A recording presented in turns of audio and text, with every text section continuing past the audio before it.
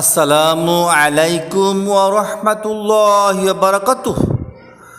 সম্মানিত ভাই এবং বোনেরা, আপনাদেরকে সালাম জানিয়ে আমরা শুরু করছি আমাদের এসো কুরআন শিখি এই চ্যানেলের অধিবেশনের একটি সেকশন, মাকরাজ শেখা, তোয়া দালতা। এটি হচ্ছে আমাদের মাকরাজের 11 নম্বর মাকরাজ, যেটা আমি বলছি তোয়া দালতা। এটা 11 নম্বর মাকরাজের অক্ষরগুলি আমরা শুরু করছি। জিহ্বার অগ্রভাগ সেই বরাবর সামনের উপরের দুই দাঁতের গোড়ার সাথে লাগাইয়া এখান থেকে 3টি হরফ উচ্চারিত হয়, তোয়া দালতা। আসুন আমরা একটা ছন্দ মিলিয়ে পড়ি।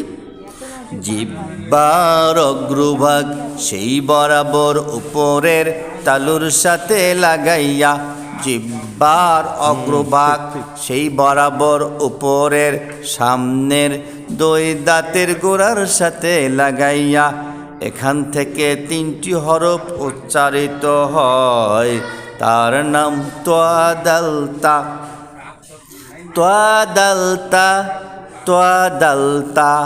11 নম্বর মাকরাজ জিহ্বার অগ্রভাগ সামনের উপরের দুই দাঁতের গোড়ার সাথে লাগাইয়া এখান থেকে 3টি হরফ উচ্চারিত হয়, 3টি অক্ষর উচ্চারিত হয়, তার নাম তোয়া দালতা।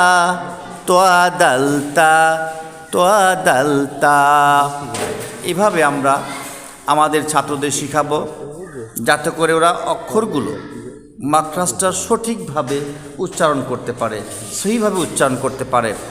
এই অক্ষরগুলো সহিভাবে যদি উচ্চারণ না হয়, যদি শুদ্ধ করে উচ্চারণ না হয়, তাহলে কোরআন পড়া ভুল হয়ে যাবে। আর যদি কোরআন শরীফ পড়া ভুল হয়ে যায়, তার নামাজ ফাসেদ হয়ে যাবে, নামাজ বাতিল হয়ে যাবে, কোরআন শরীফ পড়া বাতিল হয়ে যাবে। তাই আসুন সম্মানিত সুধীবৃন্দ, আমরা এই মাকরাজগুলো ছন্দবদ্ধভাবে আমরা আমাদের ছেলে মেয়েদেরকে শেখাই, আমাদের গুরুজনদের শেখাই, আমাদের ভাই বোনদের শেখাই।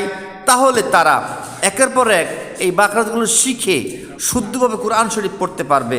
আপনাদের কাছে বিনীত অনুরোধ রাখছি, যদি আমাদের এই চ্যানেল থেকে একটু যদি উপকার পেয়ে থাকেন, একটু যদি উপকার আপনাদের হয়ে থাকে, আপনারা মেহেরবানি করে সাবস্ক্রাইব দিয়ে লাইক দিয়ে পাশেই থাকবেন। সাবস্ক্রাইব দিয়ে লাইক দিয়ে পাশেই থাকেন। দিনের খিদমতে আমরা এই কাজগুলো করে যাই, তাহলে আমরা এই সবটুকু আখিরাতে আদালতে আমরা পাবো। আসুন আবার বলি, 3 নম্বর মাকরাজ জিহ্বার অগ্রভাগ সেই বরাবর উপরের সামনের দুই দাঁতের গোড়ার সাথে লাগাইয়া এখান থেকে 3টি হরফ তোয়া দালতা।